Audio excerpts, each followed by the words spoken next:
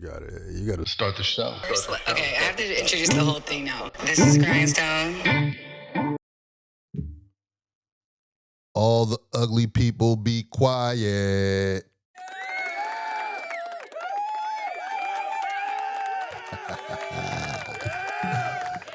Yeah. Woo. Okay. I guess it ain't no ugly people here, right? Woo. Remember being ugly used to be that used to be the worst thing in the world to a kid, being ugly. So, you ugly. My teacher ugly. All these ugly people. You know, you often reference somebody by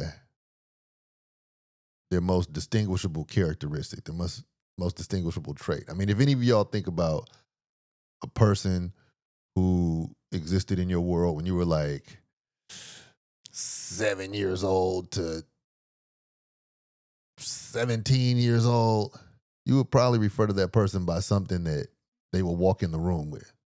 Oh, you mean Fat Kelly? Oh, you mean Big Head Mo? Oh, you mean Hook Head Jay? You know, it would be something based on the way they looked. And it's funny because I often think that, I would say that you don't grow out of things except clothes. Only thing you grow out of is clothes. But then the other things, you make a conscious decision to stop doing something for a reason. Otherwise, you keep on doing it. And I haven't made the conscious decision to stop acknowledging people by their most distinguishing characteristic. We're going to keep it going. Now, some people might say, that's harsh. That's mean. That's shallow. Or call me Shallow Hal, baby. Because sometimes your most distinguishable characteristic is what you will want to be seen as, right? I mean, oh, you mean so and so with the big muscles? Oh, you mean Rich Jack? Oh, you mean breaded up Paco? Oh, you mean so and so with the beautiful hair down to her butt? You know, some people wouldn't mind that. You know, so a lot of people subjectively get upset at whatever it is that you might refer to them as, and that's really between them and God. You know, all I ask of myself and all I ask of you is that you remain authentic. So if that's really your authentic self, and you say, "Oh, you mean Big Nose Teresa?" If that's really how you feel, without shading Teresa, but that was really the most distinguishable characteristic about Teresa, then man, it's okay.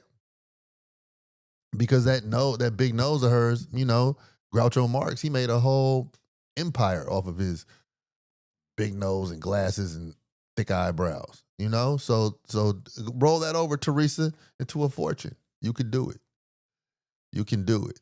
And a lot of the stuff that we do, we react because we think we're supposed to react a certain way.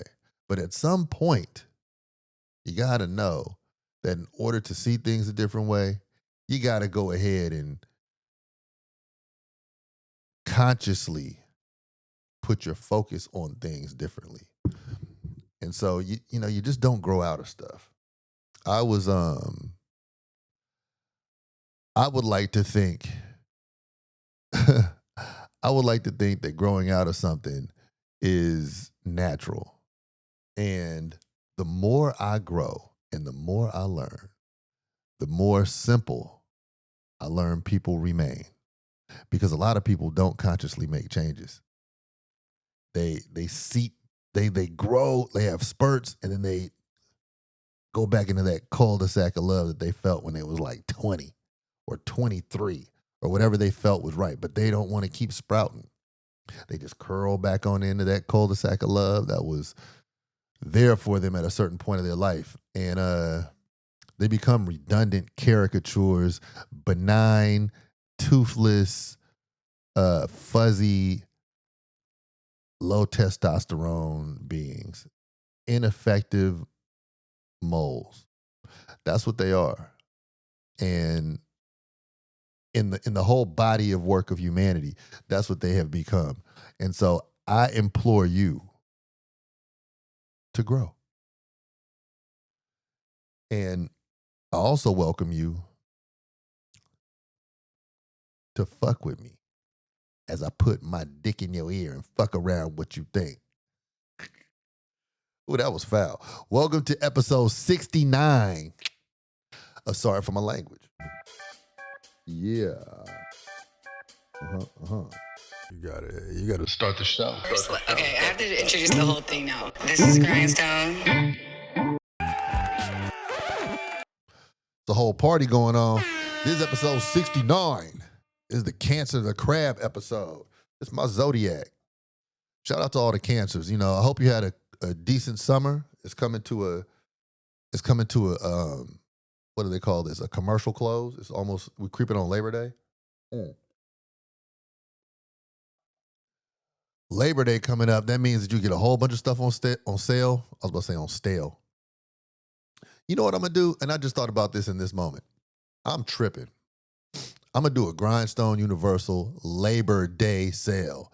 That joint is gonna kick off tomorrow. So go to grindstoneuniversal.com. Oakland, California, that's where I'm from.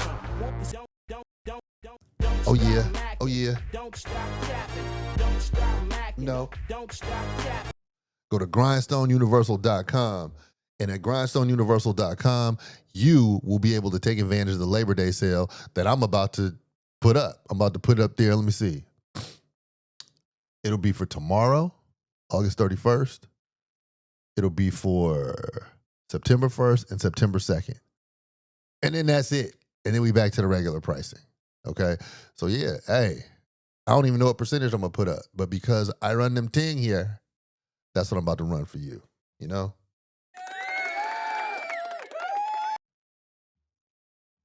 It's actually for us. So something that I could really get behind and in front of right now, you know, just recapping stuff, thinking about things, man. First of all, Taylor Townsend. For those of y'all who don't follow tennis, I don't follow tennis. I'm one of them. But for those of you all who want an athlete to feel, to cheer for, to root for, to dig their story, Taylor Townsend. Check her out. She's a 29-year-old tennis player, and which when I was watching, I was like, that's a little advanced in age to be playing tennis. I thought. I just think people are younger, but I could be totally wrong. I don't know. It just seems like you're getting up there, like a running back. You know, you hit 30 and it's like, but maybe not. You know, I don't know how old Jimmy Connor was when he stopped being effective, or John McEnroe. But anyway, in the U.S. Open, Taylor Townsend, she's from Georgia. She's out there whooping ass and taking names. Number one in the world in doubles. I don't know her ranking in the singles, but I know that this big clear girl from, I think, Australia got up on her on the net and started trying to talk wild to her, said she was low class, uneducated. After she got whooped, you know, you're supposed to shake hands at the net, and it was like this epic stare down. You know, it was a, I don't know, it was a stare down for the ages. That's not what I meant to press. Wait, what's this one? Hold up. Dang. Wait, hold up. This ain't it. Or whatever. You gonna get my drift because I'm drifting. But they were walking towards the net for the cordial part, like the good match. You know, let's dap it up. And man, the big Neanderthal chick got in her face and was really taking digs at her as a person. And Taylor is an African-American young woman, and she really held it with class, but she also stood her ground, you know, because we're not really having no highly unmelanated people come up in our face talking wild, especially after we just whooped them. You know, it ain't like she Tom Brady and she really got the ups on us, or Larry Bird. Nah. You were just so and so, and you took the L. You got to take that L. But her soul couldn't accept it. So she just decided to start talking mess to Taylor, right? I didn't know, I'd never seen her before this moment. I didn't know who she was. But she stood there, said whatever she had to say. I was like, oh shit. She got that body language like she from Detroit or something. She was like, yeah, like I ain't had like, she gave it up and stood her ground. And it wasn't no trying to, she didn't take it too harsh, and she also didn't try to be too polite in the moment in the face of the person being rude to her. So I applaud that. And then in the post game, Miss Townsend said, I'll let my racket talk. That's what I'm talking about. Now, I don't know who her parents are. I don't know. I really don't know where she's from outside of Georgia. Like I said, I'm not an avid tennis follower. Had I known about Taylor Townsend before that match, I would have gone up the street this summer and sat in that 100-degree heat and watched her up at the Carter Barron. She was just playing not too far away from where I'm currently filming this, and it was that's where she was playing. I wish I would have been able to see that in person. She's an all-star talent, and apparently her road to get to this place in tennis, and I'm talking about her because this has something to do with what I'm talking about. Her road to get to this place has not been super sweet. And she said that she was wearing her outfit, it had fire, fire graphics on it. And she said she was wearing that to signify the phoenix. Now, for those of y'all who know, those of y'all who don't know, the phoenix is the big ass bird that had to it burned in the ashes in Greek mythology, and then it had to release everything in order to fly and become what it was supposed to be. That's paraphrasing. But she wore that, and that signifies who she is. And then before that, her outfit was the theme of her outfit was gems, GEMS, because she said that she was a diamond in the rough. And she was for showing the rough, because I did not know who she was until her shining moment, which is also a lesson that people see the highlight of your best moment and in the post interview, but they don't see all the work that it takes to become where you're supposed to be. They just don't see it. And so, there have been other athletes in the past 2 years, 18 months, year, who get all the damn highlights, and they haven't had their moment like she's having her moment. And when I say they haven't had their moment, they haven't proven it out there. They just get all the highlights in the press, and everybody's chasing them. So much dick riding, I'm wondering why they ain't pregnant. But that's how media works. But I would like for everybody who is a sports fan or a sports culture fan or somebody who likes to create a hype train and hop on that joint, man, F with Taylor Townsend. She's a tremendous story. She speaks about the importance of representation because she is a black woman. And honestly, I think she represents more than just sports. Is always something that is more than sports. It represents human achievement and excellence under pressure. And it happens in clips where you could see it. Like, you might not always see that in motherhood or fatherhood or as a teacher because it goes over such a long span. But in athletes, it's cut up in games, in seasons, in tournaments. And you can actually see the arc of the story. So for those of y'all looking for a new hero who a TV hero, man, Taylor Townsend, I'm on her side.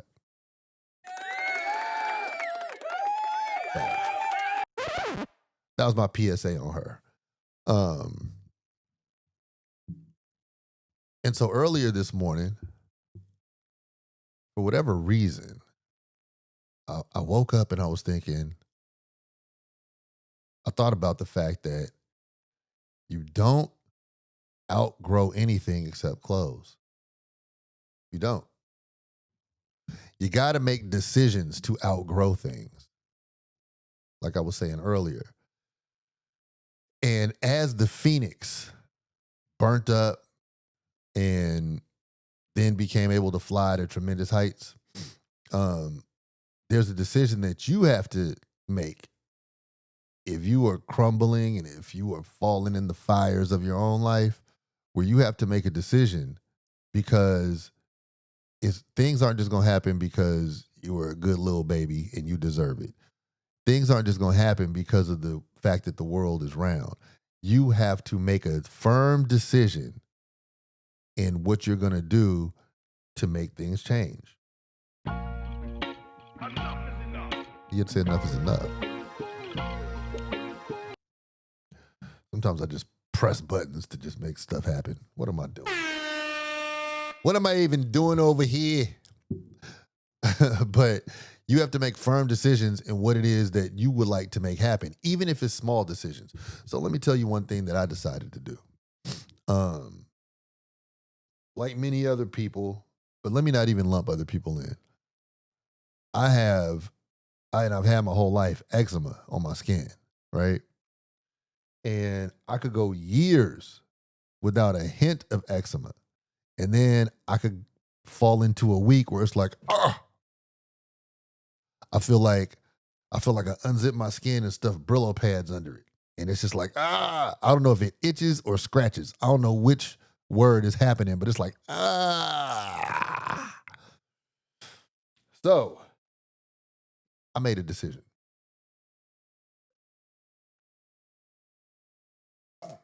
I was trying to figure out what is it that makes this fucking difference? What is it that makes eczema eczema? What is it that so I used to have allergies, right? I used to have people in high school, a lot of people in high school remember a habit I used to have. I will always be wiping my eyes. And quite often I'll be wiping my eyes with my sleeve. Like in Oakland, really in all California damn near, you wear something long sleeve throughout the year at some part of the day. So you might have a hot ass day, but it's kind of a brisk night and a brisk morning. So you can wear like a jacket, a hoodie. It's not like on the East Coast or in a tropical place where if it's hot that day, it's hot all day. That's not how the Bay Area is. So I would always be like cuffing my sleeve and wiping my eyes with my sleeve with the tissue. My eyes would always be watering. And I got to a point and it would irritate my eyes and it would just be like, And I don't know what those allergies were. I still don't know. But I cleaned up the way I ate, like shortly after really not after I got out of high school, but like in my 20s. And then that eye watering thing, it pops up in the winter sometimes, but it's not even really a thing anymore in my life. And I'm going to say it's because of the way I eliminated some foods. And so with me on the eczema skin tip, I was really thinking about this because, and this might be TMI. No, that's not TMI. It was probably about a little less than a year ago. I broke out hella bad on my hands with eczema after. No, it wasn't even on my hands. It was on my hands. It was like my hands and my whole face. It was like I got like somebody just threw allergens on me while I was asleep. Just a bucket of them. And my face looked like I got whooped. And I thought that I was allergic to tequila because it was a night after drinking some tequila. So then I chilled out for a sec. I drank again. Bam, it happened again. I was like, shit, I'm allergic to tequila. Then I was like, fuck, I'm allergic to alcohol. Then I'm in this sensitive skin zone where if I eat anything with a little sugar in it, shit, I'm allergic to that, right? So long story short, I got to the point where I really started thinking about the physiology of the body and what is the skin expressing. And I heard somebody once say that the skin is the third kidney, meaning that The skin cleans out shit that's in your body. Like, so if it's inside, your skin helps clean that shit out. So what is manifesting on your skin is a result of your kidneys cleansing shit and your fucking liver. So I was like, okay. So maybe this means that my skin is cleansing something, but why is my shit like irritated? And then you know what I did? I thought about what cleans the liver and what helps clean the kidneys. And well, beyond all else, first, the most easily accessible thing is fucking lemon water and lime water, right? Duh.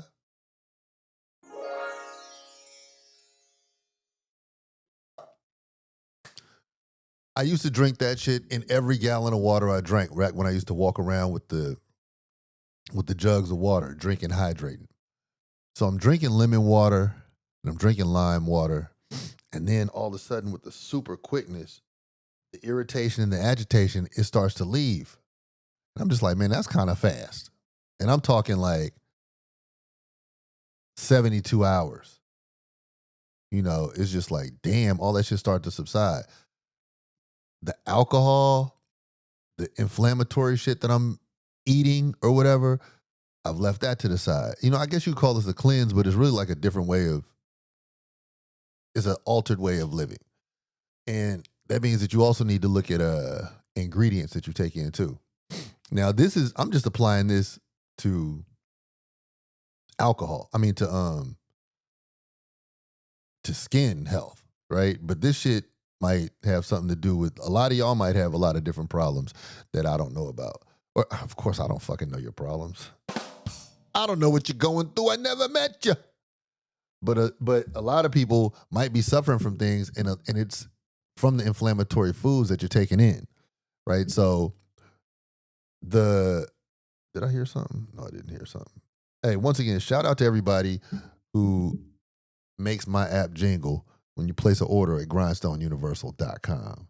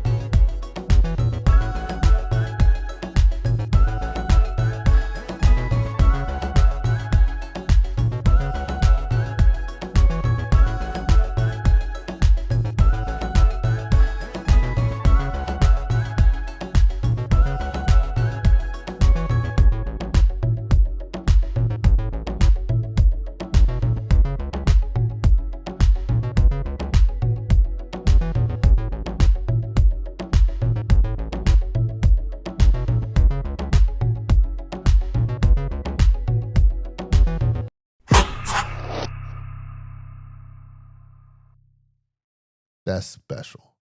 You were one of them ones. But anyway, back to me understanding how freaking sensitive I'm gonna go ahead and say my kidneys are, or my liver. I don't know which one. But as soon as I eat something or drink something that doesn't process right with my kidneys or my liver, the shit pops up in my skin. As soon as I eat something that or drink something that processes wonderfully, it shows up in my skin. So that's why I'm glowing right now. I know you see it. You see it. I'm smooth as fuck. like four new tires on wires. The way they lurk at the light make it worth every buck. It's smooth as fuck. I know you see that. Come on, guys. Come on, guys. All the ugly people be quiet.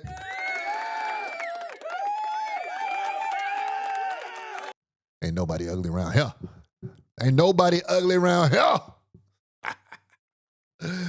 So, yeah, man. So I'm noticing how I'm operating with kind of a full control over my outcome physically. So then I was like, you know what? It's a lot of what you intake, but it's not just what you intake. Just as in yoga, qigong, or is it qigong? And what's the other joint that the Chinese ladies be doing in the morning?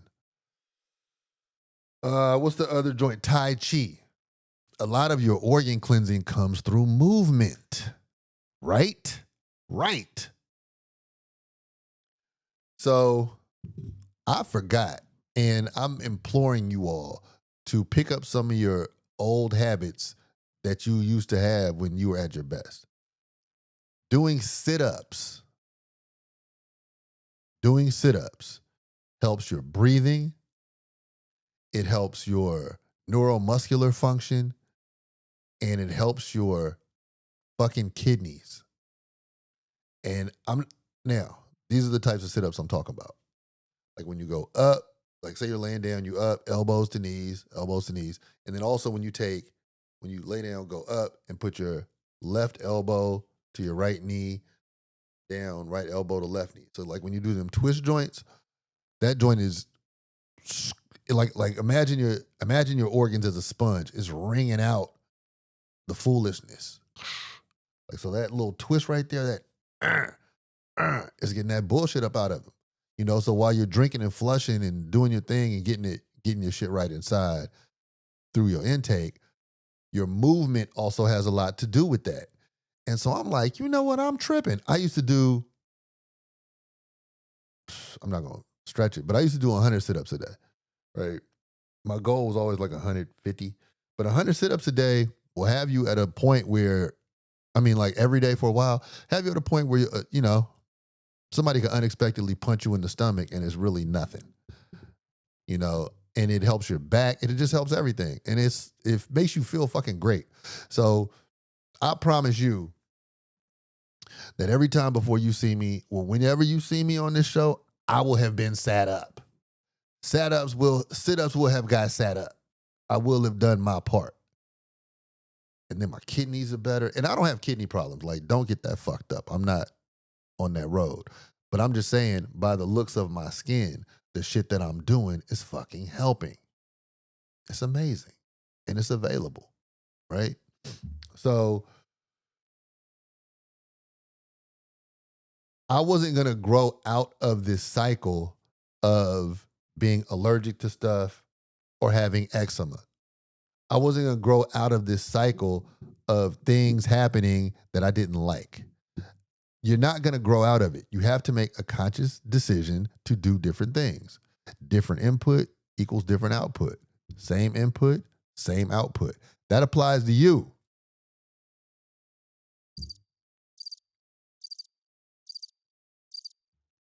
If you're doing the same damn thing, you're going to get the same thing. And different things won't just find you because you hope. That ain't going to work. So know that in everything that you want to do differently, you got to put different ingredients in.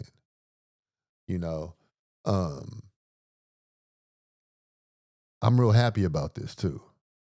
I'm really, really happy about the fact that I have small changes that I'm implementing in my life that I know will make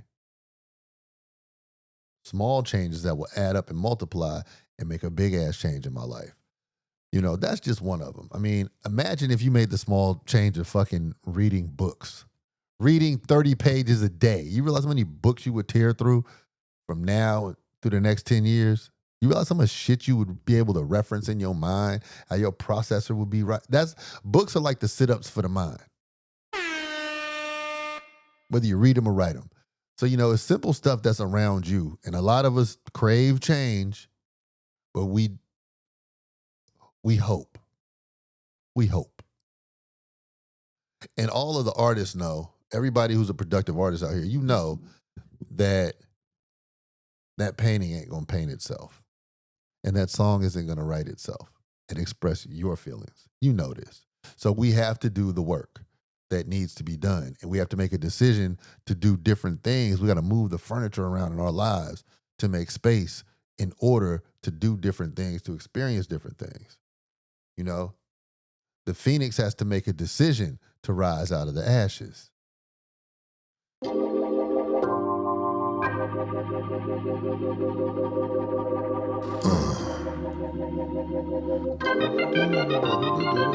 Something to feel on her booty too. From the heart. If I was young and rich, I'd marry you, but I'm old and I hate so. See, I brought that around. So, yeah, the outgrowing of things, and being passive about it, that's not happening. And I'm just real thankful that I realized it. And I really came on here just to pass this on to you. This was a thought on my mind where I've noticed some people who I know who are fairly stagnant. And let me not isolate them. There are parts of my life where I've been stagnant. And you might know some people who deal with a lot of avoidance. It's something that has to be handled, and they just avoid in whatever different way. Some people might immerse themselves with work. Some people might watch a lot of TV. Some people might do hella cleaning up. Some people might go hang out at the bar. Some people might drink that beer and flip through channels and call that I'm thinking about it. Some people might have that feeling and then they go scarf down some food and then they're suddenly too tired to think about it or to do something about it or to move around and make a change. But those people, us people who deal with that type of avoidance and procrastination, we all know that shit ain't gonna change itself. We all know that tide isn't gonna rise high and lift our boat if we've been bullshitting. And if that tide of life does rise high and lift our little floating boat, are we really even ready to navigate the boat? So you got to do the work. And that work starts with making a little change. I know some people who are really set on doom and gloom about every fucking thing, about how the earth is about to fucking end and everything is evil and this is mean and this meant that and that's that. Okay, yeah. True facts. Sometimes. But it's also a new sprout about to break ground. It's also a sun outside. It's also some water that you can drink. It's also some push-ups and sit-ups on the ground that you could go get. It's also a lot of shit that is happening in the same moment when the only thing that you can focus on is how evil so-and-so is who you never met.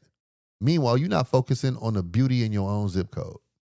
It's not even a fair division of thought.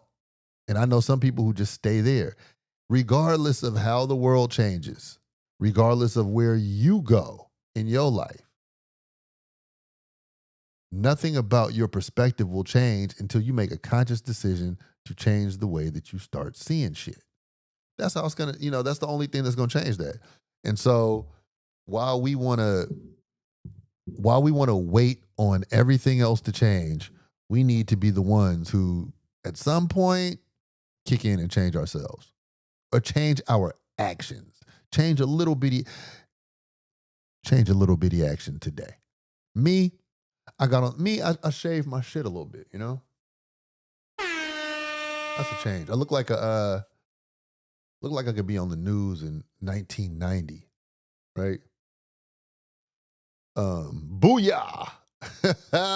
Am I giving you the Stuart Scott right now? Fuck, I didn't even think about that till this very moment, but booyah. That's how I feel. Shout out to Sewer Scott, man. He was the guy. Yeah, man. So we have to change the things that operate our minds that make us think that what we think is the only way. There was a social media post on this popular page that I responded to yesterday, and I swear I went baby viral on that joint. I said a comment, whatever I said, but it was not with the popular thought of the vibes of the page. But I wasn't trolling. It was just a question about the post. Something that I looked at the post, I had the question, I asked the question, and to the thousands of people who would see this post, whatever. Hella people started responding to me. Hella people was in their real feelings about it. So then I asked this. So then this one girl who I know, she called me and she was like, I read this and I almost did her voice, but she was like, you come off harsh sometimes. You come off a little harsh. And I was like, well, I just want you to stop me when I start lying.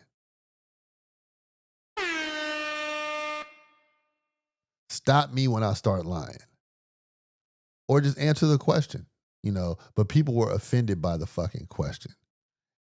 My shit is every good question has a good answer.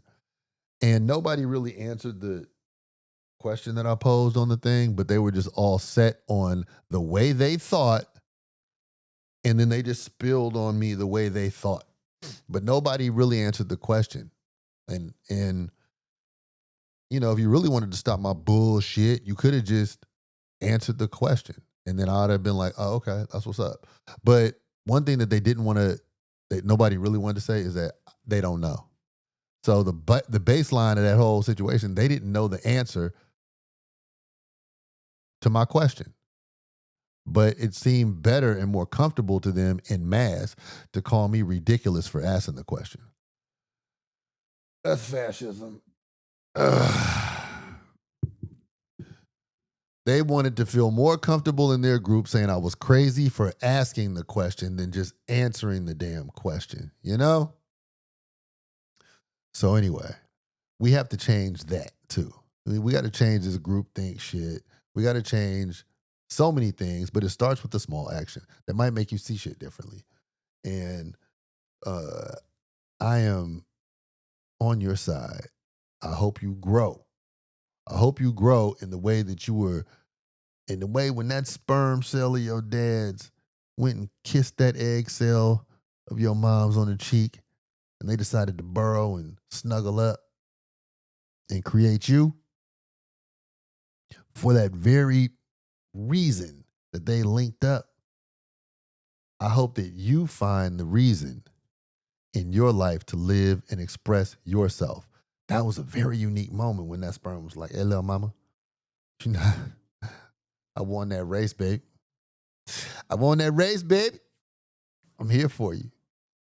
That was a special day, special moment. Out of that, how you gonna grow up to be so fucking regular and be like everybody else?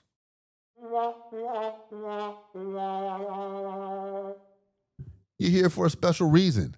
Don't try to soften your edges and don't try to make your edges rough and bristly.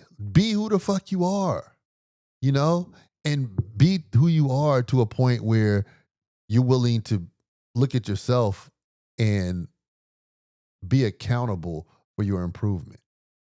You're able to look at your highlight reels and your low light reels and have a little chalk talk with yourself and say, damn, you know what, self? I could do this differently because that's how I feel is the best way if I want to grow into this person, or this is how I naturally fucking feel.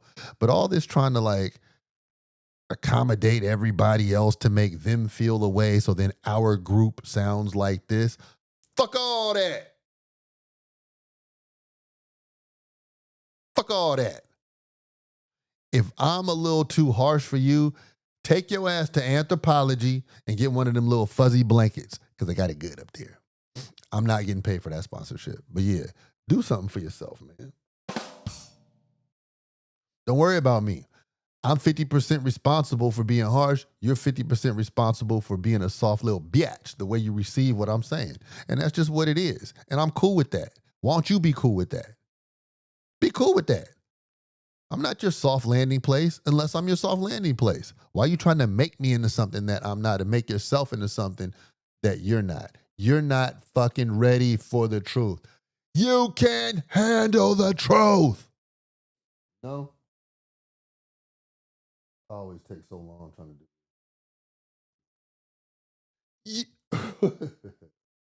Uh, you can't handle the truth. The hell am I doing?